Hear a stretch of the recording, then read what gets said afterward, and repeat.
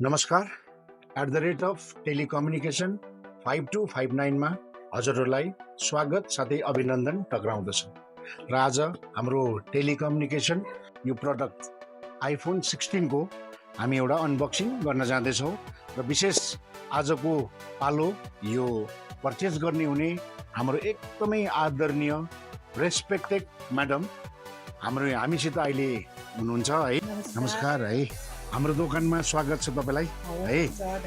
अन्त तपाईले यो पर्चेस गर्नुहोस् हाम्रो दोकानमा, तपाईको हृदयबाट जे जस्तो लाग्यो त्यो यसो कस्टमरहरूलाई बताइदिनुहोस् को लागि आएको हैन। हजुर हजुर हजुर आइफोन 16 यो चाहिँ मलाई चाहिँ हाम्रो एउटा मेरो स्टाफ दिदीले चाहिँ रिकमेन्ड गर्नु भयो कि यहाँ भाइ पवन भाइ हैन, पवन भाइको दोकानमा जानु भने।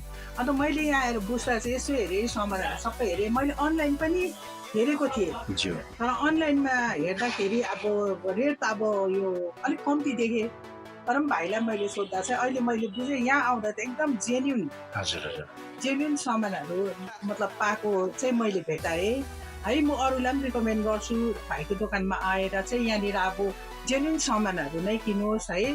बाहिरतिर यताउति किन जानु, हाम्रो एउटा नेपाली दाजुभाइकै दोकानमा आएर तपाईँहरूले है सामानहरू लिइदिनुहोस्। अन्त यहाँनिर आउँदाखेरि चाहिँ मैले यो पनि एकदम फ्रेन्डली इन्भाइरोमेन्ट भनौँ न है, त्यो पनि पाएँ मैले है। सबै अब तपाईँहरूलाई पनि रिक्वेस्ट गर्छु है, तपाईँहरू पनि यहाँ आइदिनुहोस्। यहाँ सामानहरू अब यो फोनहरू लिनुको लागि है, यहाँ भाइकोमा आएर चाहिँ एकदमै तपाईँहरूले लिइदिनुहोस्, सामान यो फोनहरू किनिदिनुहोस्।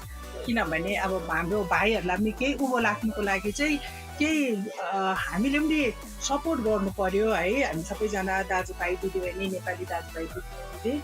अन्त हुन्छ अब धेरै धेरै धन्यवाद। यति मिठो जुन कमेन्ट दिनुभयो, तपाईँलाई धेरै धेरै हृदयबाट धन्यवाद।